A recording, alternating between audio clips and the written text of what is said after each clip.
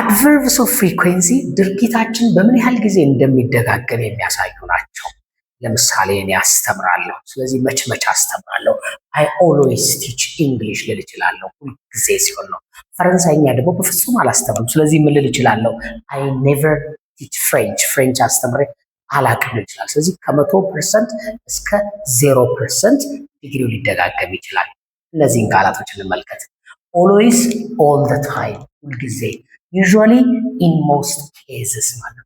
normally, generally ማለት ነው። ሶ እነዚህ ሶስቱ ከ100 እስከ 80% ድግግሞሹን ያሳዩናል። ሁለተኛው ሚዲየም ፍሪኩዌንሲን ያሳዩት often ስንል many times፣ frequently ስንል quite often ነው። sometimes ስንል now and then አልፎ አልፎ እንደማለት ነው።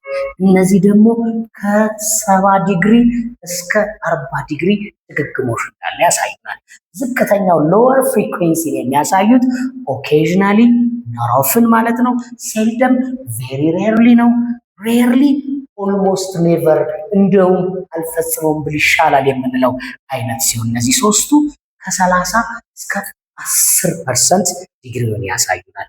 የመጨረሻው ኔቨር የምንለው ኖት አት ኦል ነው፣ 0 ዲግሪን ያሳያል።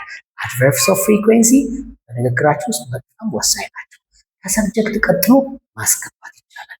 I always, I sometimes, I occasionally, I never ተብሎ ድርጊቱ መፈጸም ይቻላል። ተጠቀሙባቸው።